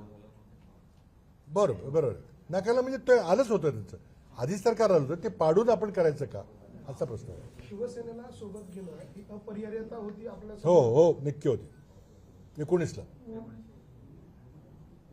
म्हणून सुरुवातीला खूप विरोध आला. आम्ही आमच्या सगळ्या आमदारांना घेऊन, मला वाटतं 42 काहीतरी होते, आम्ही जयपूरला गेलो, तिथं राहिलो, मी प्रत्येक आमदारांशी बोललो. ते सगळ्यांनी सांगितलं की बघा नाही केलं तर आमचं काही खरं नाही. आमचे कार्यकर्ते म्हणजे बाकीचे सगळ्या आमचे कार्यकर्ते, आमचे कारखाने, आमच्या डेऱ्या, आमच्या सोसायट्या, हे सगळे सांगितलं. मी सगळं ते दिल्लीला सांगितलं की वस्तुस्थिती आहे. आणि त्यांना 175 लोकांची यादी दाखवली, माजी उपमुख्यमंत्री, माजी प्रांताध्यक्ष, विजयदादा, पिचड, काय सगळी नावं, आमच्या पक्षातली नावं, ही सगळी माणसं फोडली. मी सातारा जिल्ह्यामध्ये मुख्यमंत्री झाल्यावर मी काही जिल्ह्यात काही काम केलं नव्हतं, ग्रामपंचायत निवडणूक वगैरे काही बघत नव्हतो. मी दिल्लीला होतो, 16, 17, 19 वर्ष होतो. नंतर मुख्यमंत्री झालो, त्यामुळे मग राज्याची मला काही माहिती नव्हती. नाशिक कुठे आहे, त्र्यंबक कुठे आहे, येवला कुठे आहे, काय मला माहिती होतं. तर त्यामुळे मला ते थोडंसं पाहावं लागलं की आपण नवीन आलेलो आहे, आणि म्हणून साताऱ्याकडे लक्ष द्यायला मला वेळ मिळाला. मी 3-4 लोकांच्या जबाबदारी टाकली. एक आमचे मदन मोहिते, प्रतापराव भोसलेंचे चिरंजीव वाईला, नंतर फलटणला रणजित निंबाळकर, त्यांना मी कृष्णा खोऱ्याचं उपाध्यक्ष केलं, त्यांना सातारा जिल्हा काँग्रेसचं अध्यक्ष केलं. म्हणजे जयकुमार गोरे, त्यांना पहिल्यांदा सुरुवातीला जिल्हा परिषद निवडून आणलं. विलासराव देशमुखांना घेऊन गेलो त्यांच्या प्रचाराला, ते आले, मग अपक्ष आमदार झाले, पुढे गेले. मग आनंदराव पाटील त्यांना कृष्णा खोरे उपाध्यक्ष आणि विधान परिषद दिली. तर मला वाटलं 4 माणसं जिल्हा सांभाळतील, 4ही पळाले आणि जिल्हा मोकळा झाला. साहेब, आता ह्या राजकीय पक्ष प्रश्नाव्यतिरिक्त साखरेचा मुद्दा देशात आणि राज्यामध्ये खूपच गंभीर होत चाललेला आहे. साखर 75 रुपये किलो अनेक शहरांमध्ये मिळते. आपल्याला काय वाटतं, काय यामागची कारण आहेत? काही साखर कारखानदार साठेबाजी करताय की काय? प्रामाणिकपणे मी हा प्रश्न अभ्यास केलेला नाही आहे आणि त्यामुळे मी निश्चित करतो. तू 75 म्हटलं तर मला आय एम शॉक्ड, मला माहिती नाही. मी चर्चा करतो. मी एक ऊस उत्पादक शेतकरी आहे, आता सुरू केलं आहे, पूर्वी नव्हतं करत. पण साखरेची किंमत जास्त मिळाली तर मला शेतकरी म्हणून परवडेल, पण जनतेला परवडणार नाही. आणि म्हणून मी अभ्यास करतो, पण मी आज केलेला अभ्यास. महाराष्ट्राच्या राजकारणामध्ये पुन्हा एकदा भूकंप होईल अशी चर्चा इकडे शरद पवार गट हा माहिती. बघा, ती चर्चा मी खूप ऐकलेली आहे. दोन गोष्टी मला सांगतोय. आता आपण संवाद करतोय, प्रश्नोत्तरं करतोय, की आमचे जे माझ्या मंत्रिमंडळामध्ये असणारे लोक, माझ्याबरोबर काँग्रेसमध्ये ज्येष्ठ सहकारी, ते आज BJPमध्ये आहेत आणि त्यांचा आमचा संवाद असतो. कधी कोण विमानात भेटतं, कधी कोण कुठेतरी भेटतं, काय कसं चाललंय, काय चाललंय, गमतीने विचारतो काय चाललंय, चर्चा होते. त्यांनी एक त्यातलं सूत्र मला दिसलं की म्हणजे आम्ही उबाटा फोडले, आम्ही तर बाकी फोडणार आहे, कुठला पक्ष राहिला येतो हे ते सांगतात. आणि त्यामुळे मी एकदा बोललो होतो की बाबा राष्ट्रवादीमध्ये थोडी अस्वस्थता आहे, जरा सांभाळलं पाहिजे, मला वाटत नाही. नंतर ते असेच तर मग आम्ही आमदारांच्याकडे वळणार आहे. तर त्यांना ते काय करायचं ते करतील. बघा, त्यांनी दिल्लीची आप फोडली, त्यांनी TMC फोडली, त्यांनी उबाटा फोडली आणि त्यांना 2/3 बहुमत दिलेलं पाहिजे. त्याला ते 2024च्या लोकसभेला मिळालं नाही. 400चा आकडा त्याला काही पार करता आला नाही आणि निवडणूक ते कसे जिंकले बऱ्याच लोकांना माहिती आहे. त्यामुळे आता हा प्रयत्न चाललेला आहे आणि काही लोक सांगतात की आमचं जमलं आहे, आमचा आकडा तो काही 342चा काही जमला आहे म्हणतात, काय म्हणतात अजून व्हायचं आहे. तेवढ्यात सुप्रियातांची मुलाखत मी ऐकली की आम्ही डिलिमिटेशन म्हणजे परिसीमन विधेयक जे आहे त्याला आम्ही मान्यता देऊ, म्हणजे मग आकडा जमला आहे का काय वगैरे असे विषय आहेत. तर त्याचबरोबर दुसरी चर्चा चालू आहे की आमदार खासदारांचं म्हणणं आहे की आमची कामं होत नाहीत, जे काय असेल ते. पण त्याकरता काही खासदार मला वाटतं मुख्य पंतप्रधान भेटले, त्यामध्ये काही वावगं नाही आहे. शेवटी खासदार आहेत, त्यांची मतदारसंघातली कामं आहेत आणि शेवटी ती अशा लेवलची आहेत की दिल्लीतली कामं आहेत, त्यामुळे ते पंतप्रधान सोडवू शकते. भेट झाली, त्यामध्ये काही वेगळं रीड करण्याचं काही कारण जर वेगळे काही करायचं असेल तर जाहीर करून कोण करत नाही. गुप्त बैठका रोज होतात सगळ्या, ते व्हायचं. माझी विनंती आहे त्या सर्व खासदार महोदयांना की आणि स्वतः पवार साहेबांना की तुमचं एक लेफ्ट ऑफ सेंटर अपब्रिंगिंग आहे. तुम्ही नेहमीच फुले शाह आंबेडकर शिवछत्रपतीच्या नावाचा आपण पुरस्कार केला आहे आणि त्यामुळं या मनुस्मृतीवादी संस्कृतीच्या मागे तुम्ही जाऊ नये अशी माझी प्रामाणिक इच्छा आहे. जशी अस्वस्थता आपल्याला राष्ट्रवादीमध्ये दिसते, आपल्या पक्षात आहे ते? बघा, अस्वस्थ तर आहे, कामं होत नाहीत, हे होत नाहीत. आता मला उदाहरण सांगतो. मी काल बंटी पाटलांच्याकडं त्यांना भेटायला गेलो होतो, DY पाटील वारली.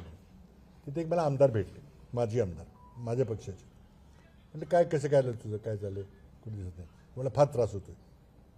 आमदार नाव सांगत नाही मी, लोकांनी बघितले ते सांगतात तुम्हाला, नव्हते माहिती.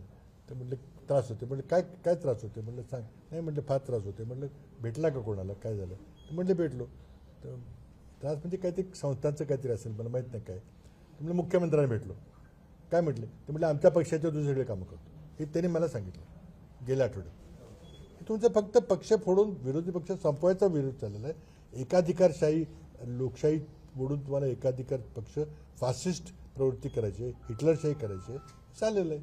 लोकांनी त्याला थांबवलं पाहिजे आणि लोक आता करायला लागले, ते उतरलेत आता. तुम्हाला असं काही जाणवलं का राष्ट्रवादी काँग्रेस जे आहे शरद पवारांची ती भाजप बरोबर जाणार, असं काही जाणवलं म्हणून तुम्ही संकेत देताय का? मला जाणवलं नाही. मी काही बोलणार, माझ्यांचं काही चर्चा झाली नाही. त्यांच्या वतीने बोलणं मला काही उचित वाटणार नाही. मला फक्त प्रश्न विचारले की ह्या खासदार भेटले, त्यामध्ये काही वावगं नाही आहे. आणि मला वाटतं बऱ्याच त्यांच्या नेत्यांच्या प्रेस कॉन्फरन्स येतात की आम्ही असं काही करणार नाही. माझी प्रामाणिक इच्छा की त्यांनी ते करू. आणि ते आज आमच्या महाविकास आघाडीचे ज्येष्ठ नेते आहेत, आम्हाला त्यांच्याबद्दल आदर आहे. जे काय असेल ते वैयक्तिक तरी पण आदर आहे. आव्हान करापर्यंत आपण गेलात, मग जाणवलं असं? नक्कीच जाणवलं ना. मी तुम्हाला सांगतो, नक्कीच जाणवलं की चर्चा आहे की आम्ही फणं फोडणार आहे. पण खासदारी चर्चा, आमची कामं होत नाही, तिथे जाहीर तुमच्यासमोर पण चर्चा आहे सगळी. आपल्या पक्षाचे खासदार जाणार नाही यासाठी काय मोर्चेबंदी केली? आता बघा, मला वाटत नाही जातील, कारण गेलं तर त्याला राज्यामध्ये द्यावं लागेल, पुन्हा निवडणुका लढवावं लागतील. त्याचा अधिकार प्रत्येकाला आहे. राजीनामा द्यायचा अधिकार प्रत्येकाला, पण मला वाटत नाही की आमच्या पक्षातलं असं काय होईल, कारण आता वातावरण बदलताना कोण जाईल असं मला वाटत नाही. मुंबई भाजपने व्हिडिओ ट्विट केलेला आहे की राहुल गांधींच्या कार्यक्रमात गर्दी जमवण्यासाठी युट्यूबर्सला 25,000 रुपये दिले जातात. ठीक आहे, 25 कोटी का नाही सांगितलं? हजार म्हणजे आमची एवढी किंमत कमी केली की तुम्ही? तुमच्या 50 कोटीचा तुमचा आकडा चालू आहे. 2014 साली जेव्हा शिवसेनेचा प्रस्ताव तुम्ही नाकारला, नाही, मी शिवसेनेला म्हटलं का? तिन्ही पक्षांचा प्रस्ताव, मी प्रस्ताव म्हटलं नुसतं, प्रस्ताव म्हटलं, त्याला काय पुढे काय करू नका. शरद पवारांचं राजकारण लेफ्ट ऑफ सेंटर आहे असं तुम्ही म्हणता, पण त्यांचे जे पुढचे वारसदार आहेत सुप्रिया सुळे, मी कसं त्यांच्या घरगुती राजकारणामध्ये कसं बोलणार मी? मला नका विचारू ते काही. आगामी काळात साहेब आपण इथेच महाराष्ट्रात राहणार आहे की लोकसभेत जायचे विचार? नाही, मी कराडला राहतो आणि मुंबईला माझं ऑफिस आहे आणि माझी मुलं दिल्लीला आहेत, त्यामुळे तिन्ही ठिकाणी राहतो मी. आणि मी थोडंसं काही दिवसापूर्वी तब्येत बरी नाही माझी, आता एज झालेलं आहे, तर त्यामुळे मी दिल्लीला हॉस्पिटलाइज होतो आणि आता चालताना थोडा त्रास होतो. काल पुन्हा पायाला दुखापत झाली म्हणून उभं राहताना थोडा त्रास होतोय.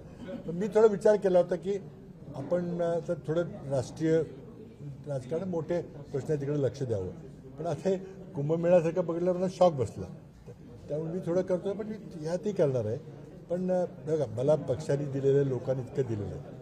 3 वेळेला मी खासदार झालो, 2 वेळेला आमदार झालो, विधान परिषद, राज्यसभा, खूप काही मिळालं मला. पण मला आता जेवढं काही शक्य होईल ते मी परत केलं पाहिजे, लोकांना करणार मी. साहेब, शेवटचा प्रश्न, शक्तीपीठ महामार्गाच्या विरोधात आंदोलन होत आहे. पश्चिम महाराष्ट्रातले बहुतांश नेते त्या मोर्चामध्ये सहभागी होणार आहेत. आपली भूमिका काय? विरोध आहे. मला वाटतं महामार्ग झाले पाहिजेत, पूल झाले पाहिजेत, सगळे दिले. पण आज पहिल्यांदा प्राथमिकता आहे ती शिक्षण, आरोग्य आणि स्किल डेव्हलपमेंट आणि रिसर्चची आहे. त्यानंतर ते करा, त्यातून आपोआप पैसे उभे होते. मी काल एका भाषणात सांगितलं की आज देशामध्ये सर्वात जास्त शेतमजूर आपल्या देशात आहे, सर्वात जास्त अशिक्षित माणसं जगात आपल्या देशात आहेत, सर्वात जास्त गरीब माणसं आपल्या देशात आहेत, सर्वात जास्त महारोग असणारी माणसं आपल्या देशात आहेत, सर्वात जास्त आंधळी माणसं आपल्या देशात आहेत. आणि तुम्ही विकसित भारतची गोष्ट बोलताय.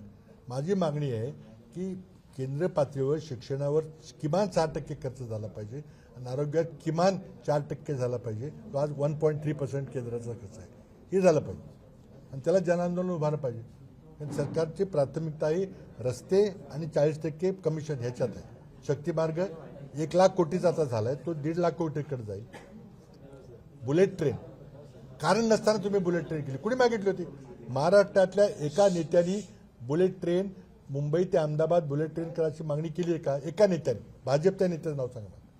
तुम्ही काय केली? मूळ प्रस्ताव त्याचा 50 कोटीचा असताना तुम्ही 60 कोटी, 80 कोटी, 90 कोटी, किंवा जेव्हा प्रस्ताव कॅबिनेटमध्ये मानण्यात आला 117,000 कोटी, 1,17,000 कोटीचा, आता 1.5 लाख कोटीकडे गेले. पण दूरदृष्टी म्हणून जर असे निर्णय घेत असेल तर मूर्खपणाचा निर्णय आहे, नुसता दूरदृष्टीचा नाही, मूर्खपणाचा. करायचं असेल तर आपल्या इंजिनिअर करून द्या. तुम्ही जपानला का करताय? जपानची शिंकानसेन नावाची कंपनी आहे, त्यांनी जपानचे प्रत्येक शहरं अतिशय उत्कृष्ट बुलेट ट्रेन जोडलेली आहेत. त्यांना आता नवीन ऑर्डर द्यायला शहरं राहिले, म्हणून त्यांना बाहेरचे कॉन्ट्रॅक्ट ऑर्डर पाहिजे. म्हणून तुम्ही तुमची जपानच्या पंतप्रधानाची निवडणूक होती, तुमची गुजरातची निवडणूक होती. जपानचे पंतप्रधान गुजरातला आले, लगेच तिथं अचानक साईन केलं 1,17,000 कोटीचा बुलेट ट्रेनचा प्रस्ताव. ठीक आहे, बुलेट ट्रेन झाली तर चांगली आहे, मोठा अचल सेतू चांगला आहे, समृद्धी चांगला आहे, पण प्राथमिकता कशाला देता तुम्ही? मला एक सांगा की कुणी बुलेट ट्रेन करायचं कोणाचा प्रस्ताव होता सांगा, आणि त्याचं कर्ज आमच्या डोक्यावर. त्यामुळं मला वाटतं प्राथमिकता सरकारची चुकलेली आहे. इमिजिएटली शिक्षणावर, आरोग्यावर, रिसर्चवर, स्किल डेव्हलपमेंटवर खर्च केला पाहिजे. मी काल एक उदाहरण दिलं की आज नाशिकच्या रस्त्यावर जाताना मला सिक्युरिटी गार्ड दिसतात, मला तिथं रस्त्याला जाऊन डोक्यावर वजन दूधवाला दूध विकताना दिसतो, पेपरवाला पेपर वाटताना पोरका दिसतो, आमच्या रानात रस्त्यात येताना भांगलणारी माणसं दिसली मला. त्याचं उत्पन्न किती आहे? सिक्युरिटी गार्डला पगार किती असेल? 30-40 हजार, 50 हजार असेल का जास्तीत जास्त. लिफ्टवाला असतो, त्याला किती पगार आहे? त्याच माणसाला आम्ही उच्च दर्जाचं प्रशिक्षित केलं असतं शिक्षण व्यवस्थेत, तर तो सुंदर पिचाई झाला असता. आज सुंदर पिचाईचा वार्षिक पगार 6,300 कोटी आहे, वार्षिक पगार. या व्यवस्थेमुळे आपण ती माणसं करू शकलो नाही. आणि त्या 6,300 कोटीपैकी 2,000 तो कर देतो अमेरिकन सरकारला, तो आपल्याला मिळाला असता. एक एम्स हॉस्पिटल झालं असतं, 101 मोठ्या शाळा झाल्या असत्या तेवढ्या. हे बघा, आपला देश हा नैसर्गिक संपदेमुळे श्रीमंत होणार नाही. आपण 88% तेल आयात करतो. नाही मिळालं तर आपली अर्थव्यवस्था कोलमडते. तुम्ही काल बघितलं. आपल्याकडे सोनं मिळत नाही, चांदी मिळत नाही, तांबं मिळत नाही. आपल्याकडे क्रिटिकल मिनरल मिळत नाहीत, जे ऑटोमोटिव्ह परमनंट मॅग्नेटला इलेक्ट्रिक मोटर्सला लागते, मिळत नाही. आपल्याकडे युरेनियम मिळत नाही अणुऊर्जा तयार करायला. तर नैसर्गिक संपत्तीवर आपण मोठं होणार नाही, विकसित होणार नाही. आपण फक्त बौद्धिक क्षमतेवर होऊ आणि ते तुम्ही वाढवत नाही. आणि त्यात आहे त्यात घोटाळे होत आहेत. That is my point. Thank you. हां, एक मिनिट. एक मुद्दा राहिला. मी काय म्हटलं होतं, राज्याचे राष्ट्रीय मुद्दे घेतो. काही दिवसापूर्वी मल्लिकार्जुन खरगे आमचे राष्ट्रीय अध्यक्ष हे मला वाटतं उत्तराखंड आपल्या ह्याच्यात गेले होते. उत्तरेच्या एका राज्यात गेले. काही पाहिलं, मी दिल्लीत होतो, आजारी होतो. पण त्यांच्या कार्यक्रमानंतर त्या जागेचं विधिवत पूजा करून हिंदू धर्माप्रमाणे शुद्धीकरण केलं गेलं. ह्याचा इतका तीव्र निषेध केला पाहिजे की इतकी घृणास्पद ही परिस्थिती आहे. ही भाजपची मानसिकता दाखवते, ही मनुवादी संस्कृती दाखवते आणि याबद्दल जनतेने आवाज उठवला पाहिजे. त्यांना या न त्या प्रकारे त्यांना संविधान मोडून टाकायचं आहे. आणि त्यामुळं खडगेंच्या बाबतीमध्ये त्या उत्तरेच्या राज्यामध्ये जे घडलं, भाजपच्या कार्यकर्त्यांचे केलं, त्याचा मी तीव्र निषेध करतो. पण याबाबत विधिमंडळ आपलं संसदेच्या अधिवेशनामध्ये जे.पी. नड्डा आणि इतर मंत्र्यांनी देखील आपण जसा तिरस्कार करता आहात, निषेध करता आहात, तसा त्यांनी देखील केला होता. त्यांचं म्हणणं हे काही भाजपचे कार्यकर्ते नव्हते, त्याच मग कोण होते? मग ते इंग्लंड झाले होते का ते कार्यकर्ते? कोण होते? का काँग्रेसच्या कार्यकर्त्यांनी केलं? काय सांगत ही मानसिकता जी आहे, ज्या मानसिकतेतून दांभोळकरांचा खून झाला, पानसरेचा खून झाला, हीच मानसिकता आहे. हे आपण त्यावर जो आधुनिक भारताला व्हायचं असेल, सायंटिफिक टेम्पर आणायचं लागेल. दाभोळकरांनी त्याकरता आपला जीव दिला. नेहरूजींची देणगी आहे. आपण घटनादुरुस्ती केली. घटनादुरुस्ती करून त्यात लिहिलं की हे नागरिकांचं कर्तव्य आहे to develop scientific temper and spirit of inquiry. आम्ही जे प्रश्न विचारतोय, नाशिक कुंभमेळ्याचा प्रकल्प कुठं हा त्या जबाबदारीतून विचारतोय. आमचं कर्तव्य आहे. तुमची जबाबदारी आम्हाला उत्तर द्यायची आहे.